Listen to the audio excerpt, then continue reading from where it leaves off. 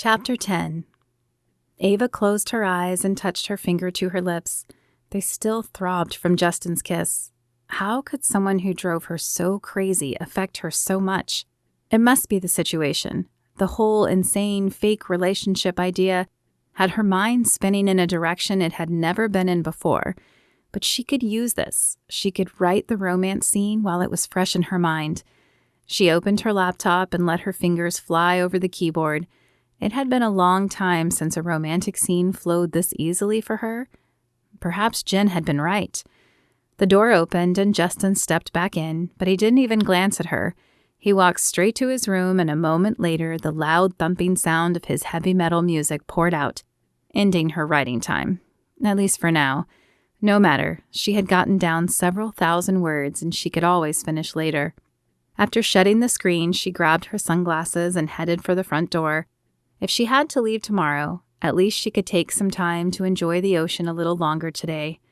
"Oh, Margie," she said in surprise when she opened the door and saw the elderly woman on the porch. "What can I do for you?"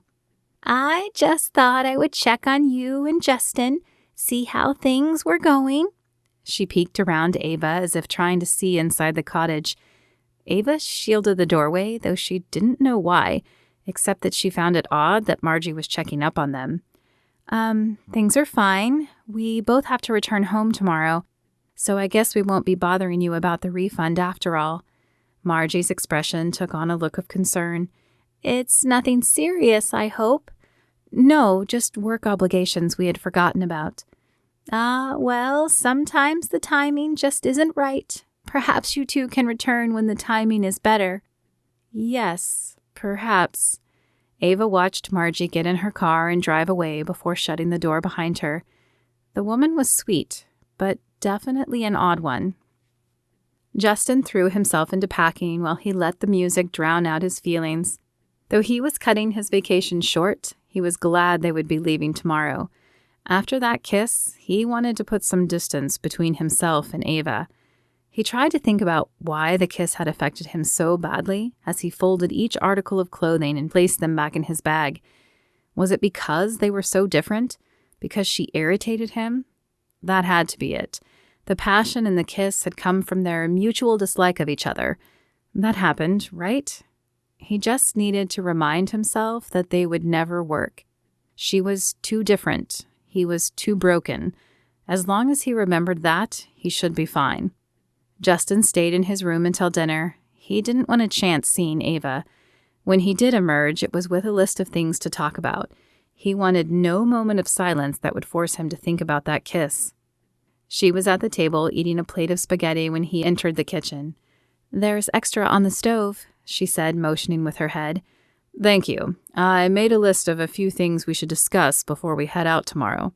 He grabbed a plate from the cupboard and filled it. The smell of garlic and olives reached his nose and his stomach rumbled. "Okay, like what?" "We should exchange numbers. We need a way to keep in contact, and we should probably share a little of our interest, in case we get asked separately. For instance, it would look bad if I said you loved strawberries, but it turned out you were allergic." Ava nodded and took another bite. "Makes sense. I'm not allergic to strawberries, since you asked. In fact, I love chocolate-covered strawberries."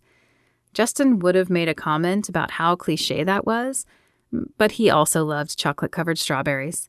"I am, however, allergic to shellfish. In fact, I don't eat seafood at all." "And I love seafood." This was good.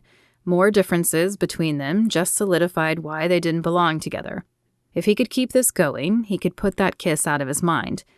Except that he couldn't, because every time she took a bite, her mouth drew his attention.